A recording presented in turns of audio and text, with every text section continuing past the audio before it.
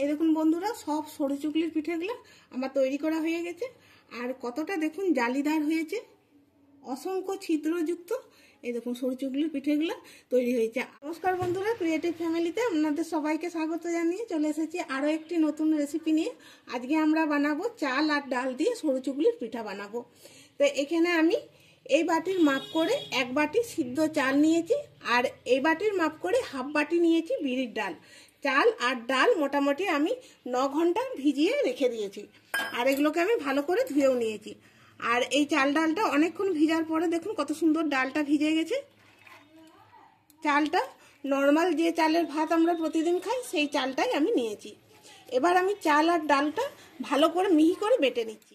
চাল আর ডাল আমি বেটে নিয়েছি, এবার এটাকে ভালো করে মিশিয়ে নিচ্ছি। এরকম ভালো করে আমি এটাকে ফাটিয়ে নিচ্ছি। এটা দিয়ে ফাটাচ্ছি, তবে হাত দিয়ে ফাটালে আরো ভালো ফাটানো হয়। তো ভালো করে মেখে নিয়ে আর আমি কি করব, এখন এটাকে ঢাকা দিয়ে বেশ কিছুক্ষণের জন্য রেখে দেবো। হাতে সময় থাকলে 4 থেকে 5 ঘন্টা রেখে দিলে আরো ভালো।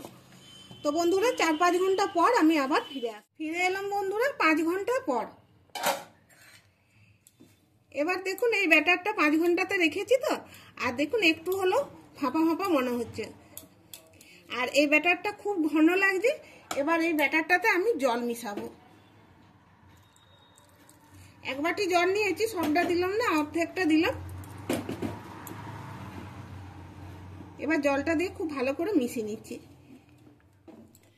জলটা দিয়ে ভালো করে আমি এইভাবে গুলে নিয়েছি, আর ব্যাটারের ঘনত্বটা দেখুন এইরকম রেখেছি।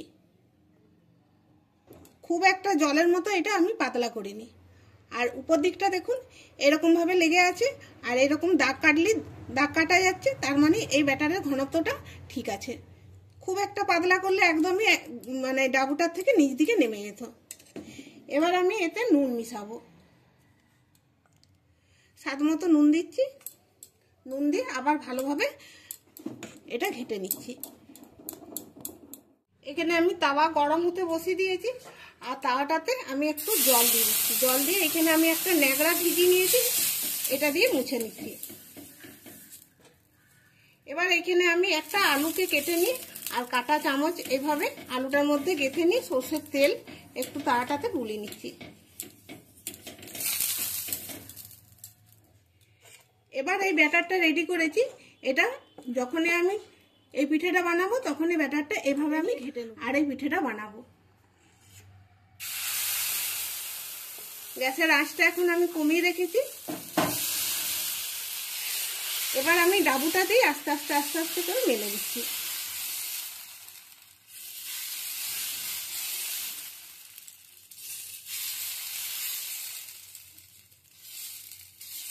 প্রথম হয়তো 1-2টা একটু উঠাতে অসুবিধা হতে পারে।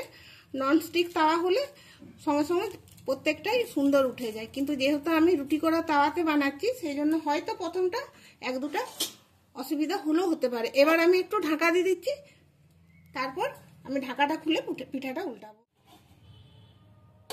এবার ঢাকাটা খুলছি, আর খুললো। এবার আস্তে আস্তে উল্টিয়ে নিচ্ছি।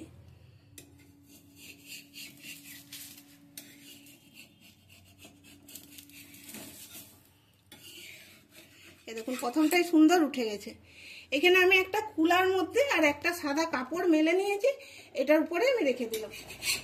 বন্ধুরা এরকম করে একটু করে এরকম ভাবে জল দিয়ে দিতে হবে, আর জল দেওয়ার পর একটা ভিজা কাপড়ে করে এভাবে তাওয়াটাকে মুছে নিয়ে আর একটু অল্প করে তেল এরকম ভাবে গুলিয়ে নিতে হবে, তাহলেই দেখবেন পিঠেটা খুব সুন্দর করে উঠে যাবে।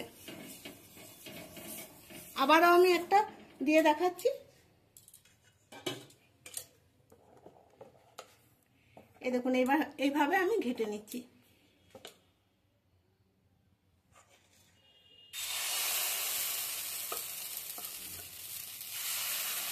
আমি এখানে ডাবুটা দিয়ে মেলে নিচ্ছি, কারণ এটা দিয়ে আমার সুবিধা হয়। আপনারা চাইলে পিঠা মেলার যে একটা থাকে না পাতি, সেই পাতিটা দিয়েও আপনারা এভাবে মেলে নিতে পারেন।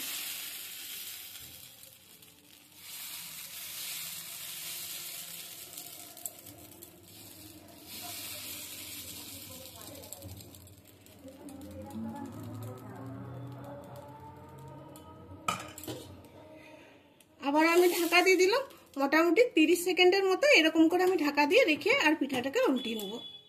30 সেকেন্ড হয়ে গেছে, ঢাকাটা খুলে নিলাম। আবার আমি আস্তে আস্তে এইভাবে পিঠাটাকে উল্টিয়ে দিচ্ছি।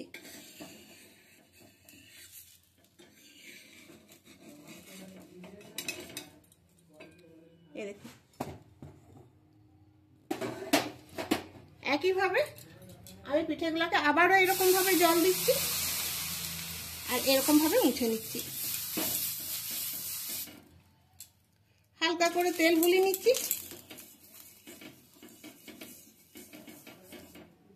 আর একইভাবে সব সরু চুগলি পিঠেগুলো আমি বানিয়ে নিচ্ছি। এই দেখুন বন্ধুরা, সব সরু চুগলির পিঠেগুলো আমার তৈরি করা হয়ে গেছে। আর কতটা দেখুন জালিদার হয়েছে, অসংখ্য ছিদ্রযুক্ত।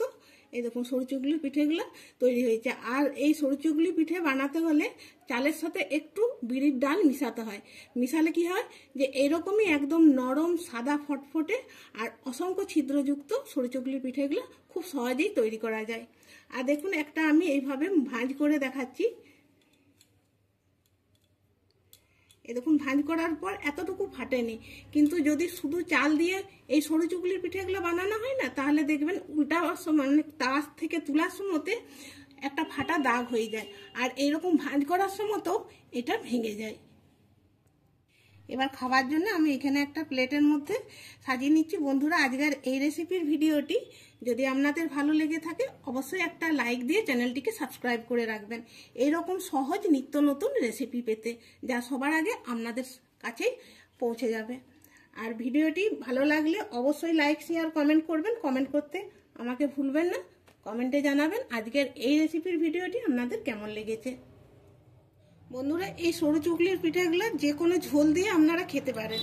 মাংসের ঝোল দিয়ে তো খুব সুন্দর খেতে লাগে। আমি এইখানে সোয়াবিন আলুর ঝোল করেছি। সোয়াবিন আলুর ঝোল দিয়ে আজকে আমরা এই সরু চুগলির পিঠাটা খাবো। আর তাছাড়া গুড় দিয়ে খেতেও খুব সুন্দর লাগবে। তবে গুড়ের থেকে যে কোনো ঝোল দিয়ে খেতে কিন্তু দুর্দান্ত লাগবে। তাহলে বন্ধুরা, ভিডিওটি এখানেই শেষ করছি। দেখা হচ্ছে আবার পরের ভিডিওতে নতুন কোনো রেসিপি নিয়ে আপনাদের সামনে হাজির হব। সবাই ভালো থাকুন, সুস্থ থাকুন। ধন্যবাদ।